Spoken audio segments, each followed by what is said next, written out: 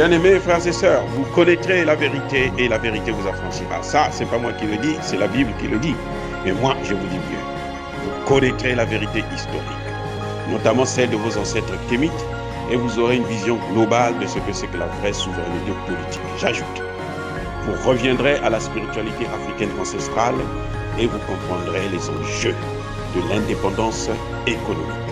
Et pour terminer, vous accepterez votre identité culturelle kémite et vous obtiendrez deux choses. La première, c'est la paix. La seconde, c'est le développement, à une condition. L'unité de toute l'Afrique noire, l'unité de tous les Noirs du monde entier. Otep à tous, bienvenue sur la chaîne des panafricanistes par essence, par conviction et par excellence.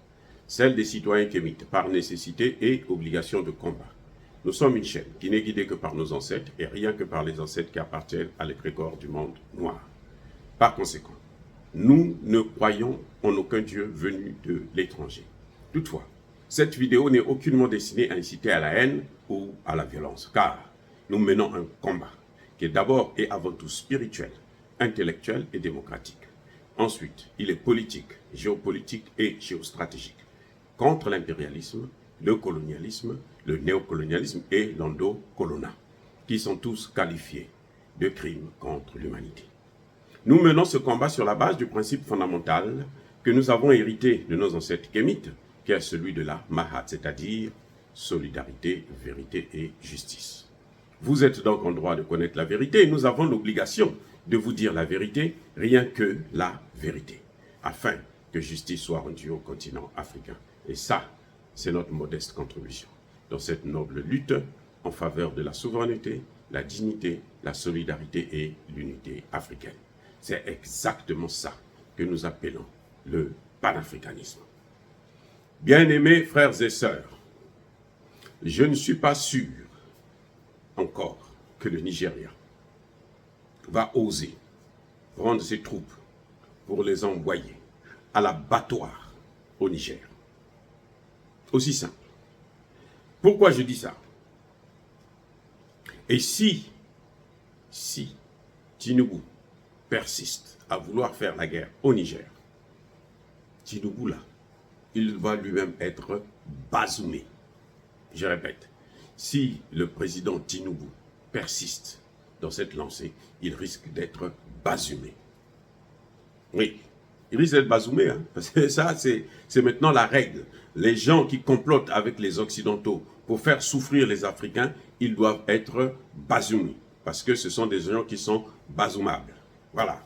Alors, bien aimés frères et sœurs, vous savez, hier, samedi, il y a eu de très grandes manifestations au Nigeria cette fois-ci, contre la guerre au Niger, contre les sanctions de la CEDEAO.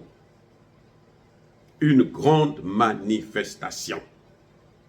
Les gens ont averti Tinubu d'arrêter, surtout pas la guerre. On lui a dit d'arrêter avec ça. Une délégation des hauts dignitaires religieux africains sont allés voir Tinubu pour lui dire stop. Parce que si tu continues, tu auras affaire à nous. Les populations Haoussa, qui sont l'une des plus grandes, qui occupent près de entre 50 et 70% de la population nigériane, et qu'on retrouve à hauteur de 30% au Niger, on dit, tu n'as pas le droit d'aller faire la guerre chez nous. Parce que ceux là-bas, là, ce sont nos frères. Entre les deux pays, là, les frontières n'existent pas chez nous. Les frontières que vous voyez là, ce sont les Occidentaux qui ont fait ça parce que, pour leurs intérêts, puisqu'ils voulaient se partager l'Afrique, comme ils veulent encore le faire maintenant. La recolonisation, l'objet de la recolonisation, le but principal, c'est de se partager encore l'Afrique. Bref, les gens ont parlé. Et les mêmes religieux sont venus au Niger cette fois-ci, hier même. Une délégation a été reçue par le Premier ministre et par le président Tchani. Maintenant, ce qui est à l'ordre du jour, là, ce n'est plus Bazoum. Bazoum a été bazoumé, on n'a plus besoin de lui, c'est fini. Ses comptes sont réglés. Bazoum, la seule chose qu'il attend, c'est maintenant passer devant un tribunal pénal du Niger pour le juger pour haute trahison, pour la corruption et les grands crimes qu'il a commis au Niger. Parce que M. Bazoum, vous vous souvenez bien, il a fait passer une loi par magouille pour faire venir les étrangers, les Américains, les Français et autres, et c'est pas ce que les gens voulaient. Ils ont trouvé une petite magouille là pour faire passer une telle loi, et puis bon, toute l'armée française et leurs mercenaires sont venus au Niger. Et maintenant, il faut qu'ils payent le prix. Bazoum a libéré des terroristes qui ont tué des policiers. Bazoum a vu Barkhane tuer des civils et il s'est tué. Il n'a rien dit, au contraire, il a condamné les populations qui marchaient, qui ne voulaient pas la présence des étrangers sur leur sol. Donc, Bazoum, sa place est à la justice. Mais toutes ces délégations-là, même quand il parle avec le président Tinubu, ce n'est plus pour lui dire que non, Bazoum va revenir au pouvoir. Ils savent, ils ont tout le dossier maintenant. Le général Tchani et son équipe, ils ont tout expliqué. Maintenant, on négocie les paramètres de la transition. Comment la transition va se passer. Et je vous ai dit déjà dans une de mes vidéos que le Niger n'est même pas obligé de négocier, de parler avec la CEDEAO sur ces problèmes parce qu'il s'agit d'une affaire interne d'un État souverain. Et selon la Charte des Nations Unies, aucun État n'est obligé de soumettre ses affaires internes à la connaissance ou à la résolution d'une autre institution internationale, quelle qu'elle soit, même pas la CEDEAO. Parce que tous les traités de la CEDEAO doivent être en accord avec la charte de l'ONU. Si ce n'est pas ça, ce traité-là, il n'a aucune valeur. Donc voilà, le président Tinubu est dans une situation délicate.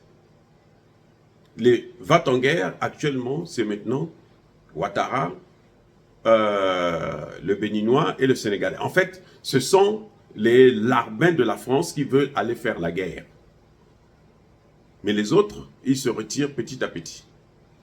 En dehors du Togo, qui a montré sa position claire et nette, et que nous saluons d'ailleurs, le fait de décider de ne pas envoyer l'armée là-bas, au Niger, ça, et Adema, cette fois-ci, il a agi dans le bon sens. Mais sinon, ben, les France-Africains, eux, ils sont prêts à aller en guerre. L'Ivoirien, il a des difficultés parce que son armée est divisée. L'armée ivoirienne. Il y a beaucoup de soldats qui ne veulent pas décider, qui ne veulent pas partir en guerre là-bas, au Niger. Beaucoup de militaires. Quant au Sénégal, ben, Macky Sall qui a dit qu'il va envoyer des soldats, il n'a qu'à nommer le général qui va s'en occuper.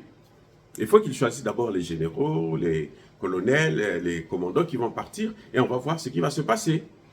Parce que ce qui est arrivé à Bazoum peut aussi arriver à Macky Sall, à Alassane Ouattara ou à le Béninois, là, l'homme d'affaires de merde, l'escroc politique et économique du Bénin. Voilà. Donc, vraiment, pour moi, la boucle est bouclée. Maintenant, nous parlons du futur. Nous parlons de comment la transition, ce qu'elle va faire. Faire partir les bases militaires étrangères, à commencer par les bases militaires françaises. Il faut faire partir aussi celles des Américains, parce que les Américains n'ont pas le droit de venir mettre leur base chez nous. S'il le faut, alors nous aussi, en Afrique, une armée africaine va mettre une base ici aux États-Unis. Aussi simple que ça. Comme ça, on est égal. Parce que je ne vois pas comment les États-Unis peuvent être menacés par un problème de sécurité ou même de terrorisme qui se passe en Afrique. Ça ne les regarde pas. Ça, c'est de la corruption. Donc, le général Tchani doit savoir que, à terme, là, même les États-Unis doivent partir. Et je vous informe, encore une fois de plus, que les Tchadiens, à travers le Parlement de transition, ils demandent le départ de la France. Dire cela, c'est inciter à la haine ou à la violence. Non.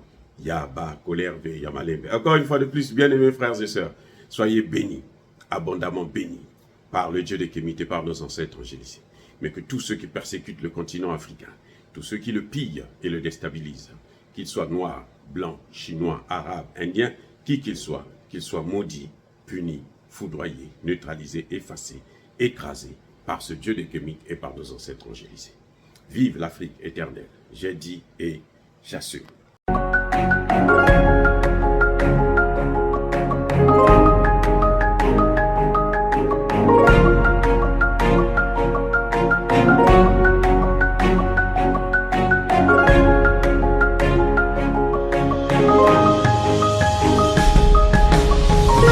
Eux, ils marchent par la foi et non par la vue.